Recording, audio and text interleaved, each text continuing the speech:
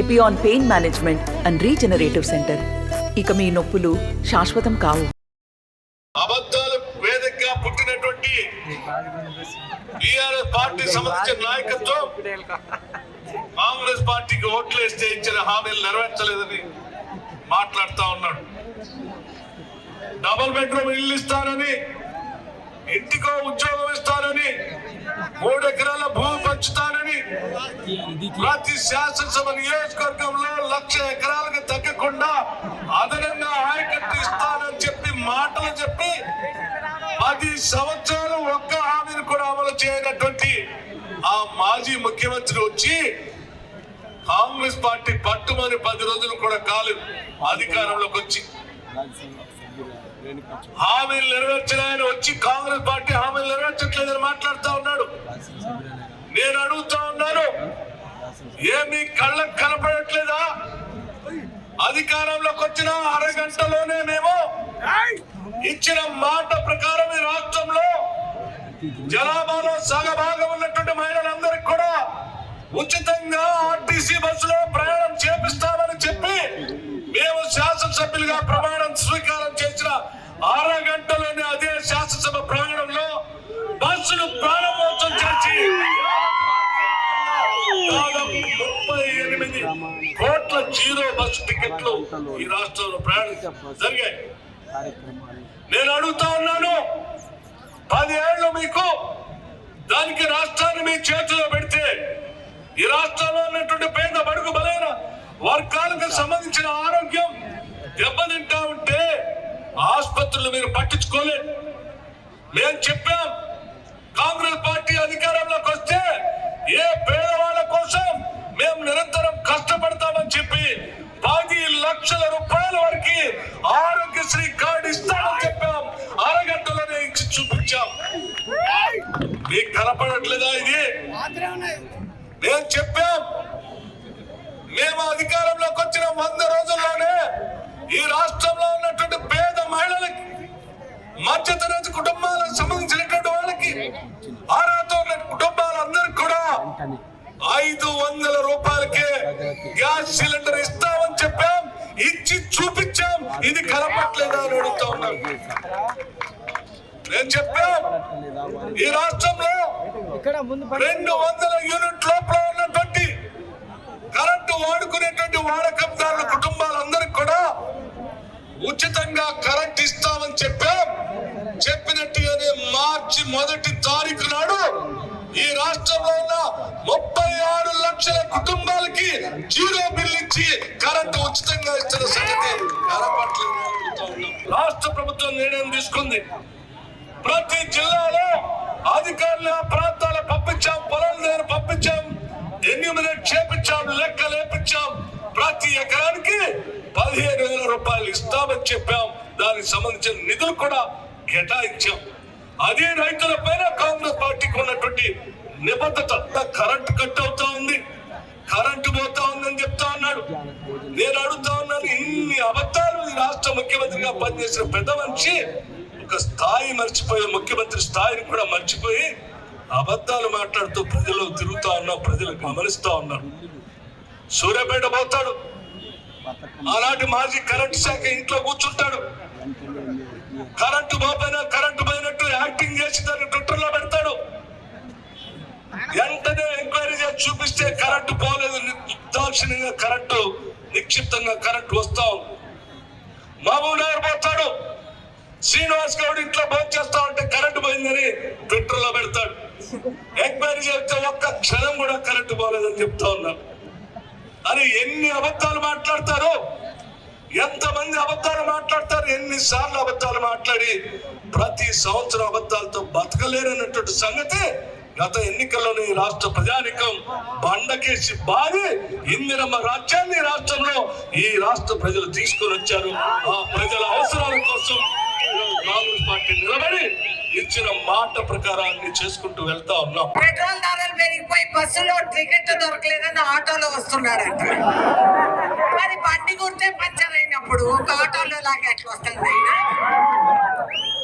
నడిచి రాని రాదు.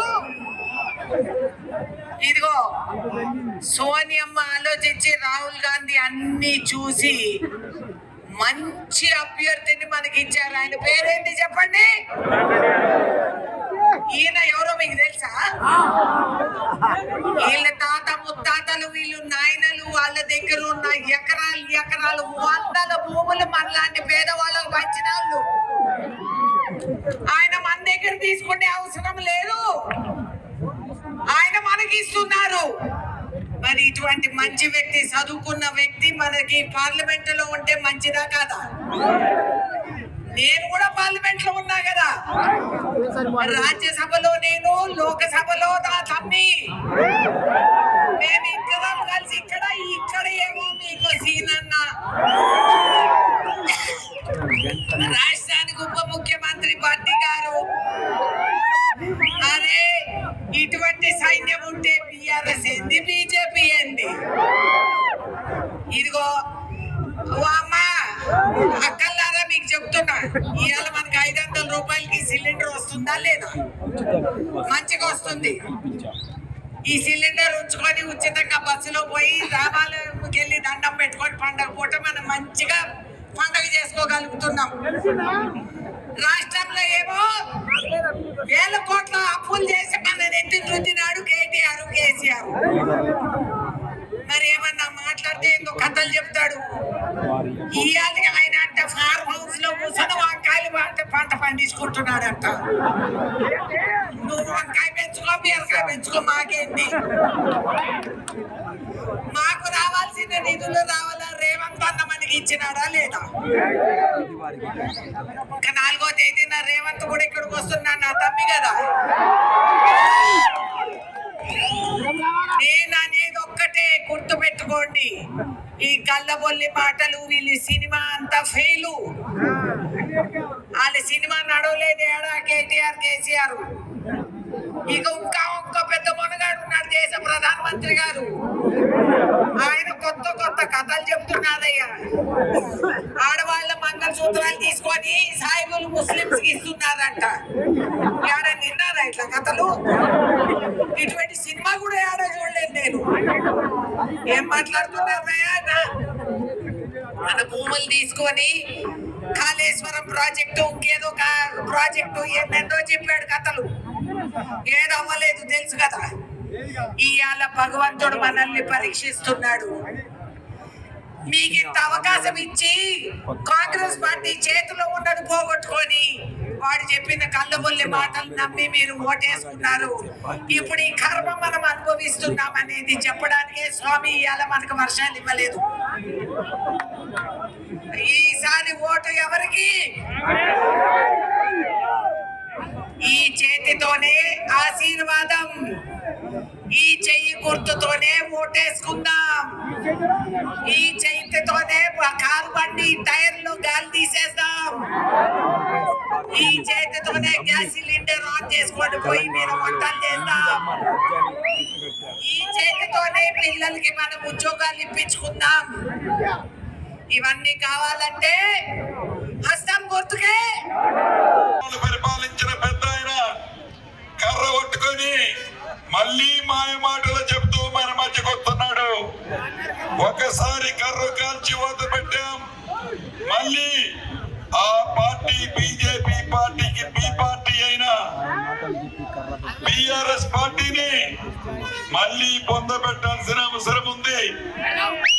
అంతేకాదు మతతత్వాన్ని రెచ్చగొడుతూ, కులతత్వాన్ని రెచ్చగొడుతూ, రాములోని పేరు చెబుతూ, అక్షంతలని చెబుతూ మాయ మాటలు చెప్పే బీజేపీ పార్టీకి కూడా బుద్ధి చెప్పాల్సిన అవసరం ఉంది. తెలంగాణ రాష్ట్రాన్ని ఇచ్చిన కాంగ్రెస్ పార్టీ శ్రీమతి సోనియా గాంధీ గారి కొడుకు, మన నాయకుడు రాహుల్ గాంధీ గారిని ప్రధానమంత్రి చేయాల్సిన అవసరం ఉంది. రాహుల్ గాంధీ గారిని ప్రధానమంత్రి చేసే దాంట్లో భాగంగా మీ అందరూ మీ అమూల్యమైన ఓటు హస్తం గుర్తు రఘురామిరెడ్డి గారి గుర్తు, మనందరి గుర్తు కాంగ్రెస్ పార్టీ గుర్తు. హస్తం గుర్తు మీద అత్యధిక ఓట్లు గెలిపించాలని మనస్ఫూర్తిగా మీ అందరినీ కోరుతున్నా. కొంతకు సహకరించిన కారణం చేత ఇంకా చాలా విషయాలు చెప్పాలని ఉన్నా నొప్పిగా ఉంది, ఎక్కువ మాట్లాడలేకపోతున్నా. గ్రామాల్లో ఏవైతే మీకు అవసరమైన సిసి రోడ్లు, తాగునీరు, సాగునీరు శాశ్వతంగా పరిష్కరించే బాధ్యత మేము తీసుకుంటామని మనస్ఫూర్తిగా మీ అందరికీ తెలియజేస్తున్నా. ఈ ఎన్నికల్లో శ్రీమతి సోనియా గాంధీ గారికి, గాంధీ కుటుంబానికి ఏదైతే మనందరం రుణపడి ఉన్నామో మన అమూల్యమైన ఓటు హస్తం గుర్తు మీద వేసి మంచి మెజార్టీతో మీరు గెలిపించాలని మనస్ఫూర్తిగా కోరుకుంటూ, ఇన్నేళ్ల తర్వాత ఖమ్మం జిల్లాకు 3 మంత్రులు ఉన్నారు, పవర్ఫుల్ మంత్రులు ఉన్నారు. ఉప ముఖ్యమంత్రి గారు భట్టి గారు, పెద్దలు తుమ్మల గారు, అదే విధంగా మీ టైగర్ గారు. రాజ్యసభలో రేణుకా చౌదరి అమ్మ గారు ఉన్నారు. నన్ను గెలిపియండి, వారి అండగా నేను పనిచేయడానికి రెడీ ఉన్నాను. కాంగ్రెస్ ప్రభుత్వం గురించి చెప్పాలంటే కేవలం 150 రోజులనే 6 గ్యారంటీలలో 5 గ్యారంటీలు పూర్తి చేశారు. స్త్రీలకు ఉచితంగా బస్ ప్రయాణం ఉన్నది. పోతున్నారమ్మా, బస్సులో పోతున్నారా? 200 యూనిట్ల కరెంటు ఫ్రీ. తర్వాత గ్యాస్ సిలిండరు 500 రూపాయలు. మరి బీఆర్ఎస్ ప్రభుత్వం గురించి మాట్లాడుకున్నాము. గత 10 ఏళ్ల నుంచి వాళ్ళు రాజకీయం వెళ్తున్నారు. మరి ఏం చేశారండి? కాళేశ్వరం గురించి మీ అందరికి తెలుసుగా, అది ఫెయిల్ అయినది ప్రాజెక్టు. ఉద్యోగాలు రాలేదు, భూములు కూడా ఇస్తామని అభిగేయలేదు. తర్వాత ఎగ్జామినేషన్ పేపర్ లీకేజ్ గురించి కూడా మీకు తెలుసు. మరి ఇప్పుడు ఆ దొరవారు కేసీఆర్ దొరవారు వచ్చి 5 ఏళ్ల తర్వాత వచ్చి ఓట్ల కొరకు అడుగుతున్నాడు. ఇప్పుడు కరెంట్ లేదంటున్నాడు. కరెంట్ ఉన్నదా లేదా? మరి పెద్ద మనిషికి ఇప్పుడు వచ్చి కర్ర పట్టుకొని ఓట్ల కొరకు అడుగుతున్నాడు. ఖాళీ ఒక 5 నెలలే అయింది మేము ప్రభుత్వానికి వచ్చి. దయచేసి దొరవారు, కేసీఆర్ దొరవారు, మాకొక్క 5 ఏళ్ళు ఇవ్వండి, చేసి చూపిస్తాం. అదే విధంగా బీజేపీ ప్రభుత్వం గురించి మాట్లాడుకున్నాము. వాళ్ళు గ్యాస్ 400 రూపాయలు ఉండేది, ఇప్పుడు ఎక్కడుందని మాకు 1000కి దాటిపోయింది, అది పైకి వెళ్ళిపోతుంది. పెట్రోల్ ధరలు 70 రూపాయలు ఉండేది, అది 110 రూపాయలకి వెళ్ళిపోయింది, అది పైకే పోతా ఉంటది. 2 కోట్ల ఉద్యోగాలు అన్నారు, 1 కోటి ఉద్యోగాలు పీకేశారు. వాళ్ళ గవర్నమెంట్ సంస్థలన్నీ అదాని గారికి అటువంటి అమ్మేశారనమాట. నమస్తే అండి. ఇది వ్యాపారం గురించి కాదు, ఓటు గురించి. ఎన్నికల్లో ఓటు వేయడం మన హక్కు మాత్రమే కాదు, కర్తవ్యం. ఎంతో మంది మహా నేతలు శ్రమించి ప్రాణత్యాగం చేసి ఈ అవకాశాన్ని మనకిప్పించారు. అందరూ ఓటు వేద్దాం, ఎందుకంటే ఓటు హక్కు ఊరికే రాదు. నా ఓటు ఎవరికో తెలుసా? అది సీక్రెట్ అండి.